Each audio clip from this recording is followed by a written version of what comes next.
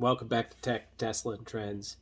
Tonight, I thought I'd touch base on TeslaBot and how it will have the opportunity to be utilized by SpaceX.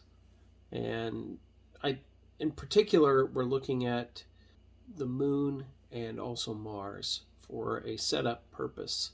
When we land on another planet, the first time that we do so, most likely, there will not be astronauts. The moon, that might be an exception. However, we're going to need to test the setup processes and walk through what works and what doesn't work.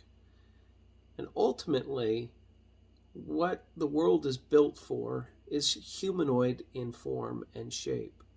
And TeslaBot gives us the ability to have a robot that is in place and is roughly human-sized and built with those specs from the beginning as a mindset and a design language. It's clear that TeslaBot has an opportunity to be useful in this niche. For the Mars mission that Elon is looking at, the very first ones that are sent, I would be very surprised if we don't see a TeslaBot on that one as a test. And the reason for that is it gives us the ability to interact with our human hands, that same mentality, telerobotics, whatever necessities we might have with fingers, and that makes a difference. It will enable the setup and also functional fixes or other activities that may be necessary during that first Starship landing on Mars, and the overall setup of fuel systems and all the rest of that. Having the TeslaBot in place and potentially as a humanoid option for manipulating and problem solving is going to be useful to that first crew, or that, not really a crew, but that first landing, as we're looking at rolling out fuel systems and any charging infrastructure or that might for and keeping those cleaned from a dust perspective, as Mars is going to be a challenge in that regard. And I think having that TeslaBot there as an opportunity to test it and to see how it interacts with the cold and other aspects of Mars will be very telling to see whether or not the TeslaBot has a future in exploration. And I think that it will be a challenge that will be picked up and utilized quite exclusively by SpaceX shortly, because as they roboticize more and more of their production processes and learn how to do items, you see the little spot robot running around inspecting things.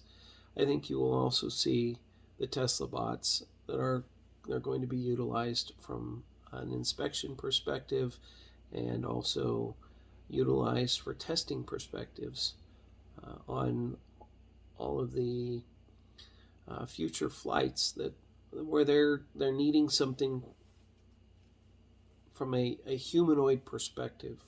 That TeslaBot will be able to have accelerometers, and though they're obviously part of that, they'll be able to test the stresses that are occurring and be able to identify, yes, that'll work for the human body, or nope, that's going to kill somebody.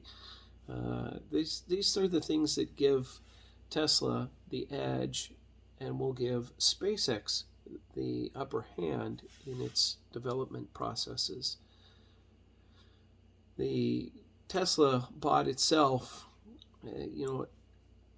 as it's developed, should give us a strong platform on which to move forward into this space exploration world. Not every moon or planet that we would love to see with our own eyes will be able to be experienced by an astronaut or cosmonaut or whatever not we have crazy enough to go up and explore the world beyond this world. The Tesla bot gives us that opportunity for a humanoid in the place or in the loop, for utilizing equipment that has been built, purpose-built in many cases, for exploration. And yes, there's rovers and other things like that, but the humanoid form is an effective form for maneuvering and exploring, and it will be, I think, one of the more useful products from a perspective of exploration as it is rolled out and given to the world of space exploration. So, and SpaceX, obviously, as an Elon company, is going to have early access to the Tesla bot, and I think that will be very beneficial for much of the testing that they will be doing where Starship is concerned.